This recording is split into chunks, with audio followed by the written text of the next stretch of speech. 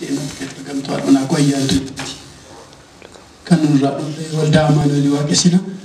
komishinii hojjetan ture guyyaa tokko akka carraa'utu nasirraan deemuu sagalee dhaga'ee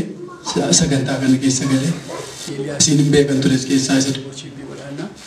guyyaa sana dudduuba sanan taa'ee namni waaqayyoo raajii fedhan natti dubbatanii waan haalan keessa jiruu fi waan keessa jiru waaqayyo kara isaanii natti dubbate ishee waldaan kun xuruudha bakka isheen immoo ulfa turte ji'a sagal galuufetti baay'ee qoramne guyyaa mucaan kun garaatti haftee kaastee qorumsa guddaa keessa ture bakka sagantaan kun baay'ee ridiidhaa torbee ishee fidee dhufadhee murteessa biima gooti wanti waaqayyo natti dubbate kara isaanii waan laphee keessa galee jireenya keessa jiraatu waan ta'eef tamanee ishee fidee dhufe guyyaa jimaataa namoonni yaadatan as teessisute mucaan kun jalqabumaa kaastee gaafa garaatti hafu kaasee qorumsa guddaadha siniin jedheera yeroo ji'a saddeet geessumoo bishaan gubbeetu baay'ee mucaan kun carraan jiraachuu ishee 50-50 dhaan jedhan hakimoonni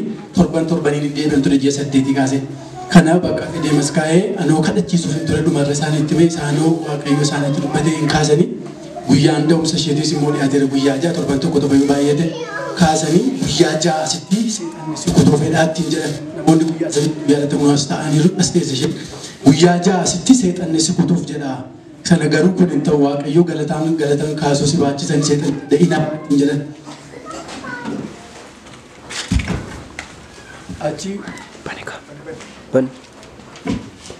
achiiti guyyaan ja'a suni jimaanni dhufne asii akkuma jennu kadhatanii hin galle guyyaa gaafa dafinoo qaxaroo qabna turre jimaanni tokko sanbata duraan lama sanbata guddaan sadii dafinoo afur facaasaan 5 roobii 6 ture dafinoo gaafa dhannu facaasaa gootu bakka opereeshinii taati ganamaanii fidii gootutu waan nyaachisiinaan jedhan achi naannaqe gaafa facaasaa ganama roodhannu saatii 6 keessa opereeshinii taati gaafa opereeshinii taateetu nama 6 torba tollee opereeshinii ta'e isheen garuu dhiiga keessatti irraanfatan dhiigi keessaan xaragamne warri kaaniin ba'anii kan ishee dhiiga keessatti hafe gaafa dhiigi keessatti hafu ol dabarsan iddoo opereeshinii baasanii kutaa biraa gaafa kaanii isheen hojjetu fedha bakka hin dhukkubde baay'ee dhiigi keessatti hafe doktorooti wal lolanii utuu mucaan kun duute akkamittiin dhiiga keessatti irraanfattu maaliin hojiin keessan jee doktorooti wal qabachuuf walitti lolan bakka kana gidduutti amma sukkuumnee baannadhu isheen immoo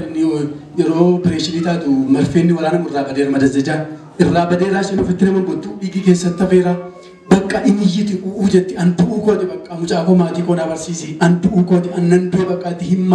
maraatti humnaan hin sukkuumu dhiigi keessaa bahuu didee hin sukkuumu dhumarratti akkuma isaatti iyyuu dhiigi keessaa bahee fayyaan dhiigaa keessaa dhume gara halkan walakkaa isa roobiitti baruudha guyyaa ja'a afaan roobii ture isa halkan gara barii dhiigi keessaa dhume dhanni itti dhidhiitee fuulli kun itti dhidhiitee dhanni ishee hundumtu dhidhiitee doktorootiin nahanii dhiiga isa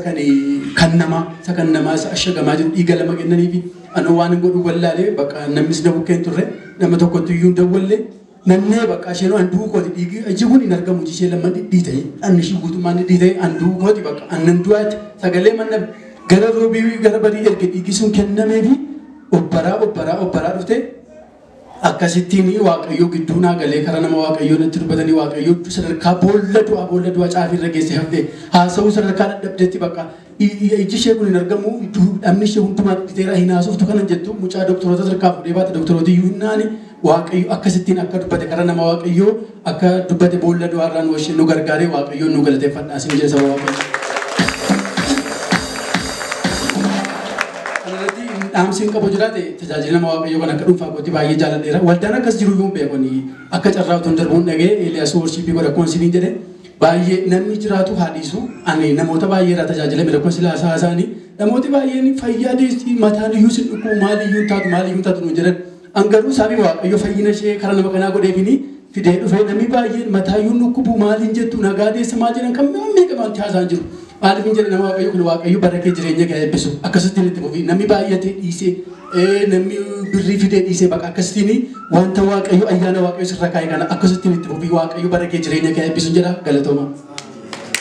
Waaqayyoon galateeffadhaa jedhanii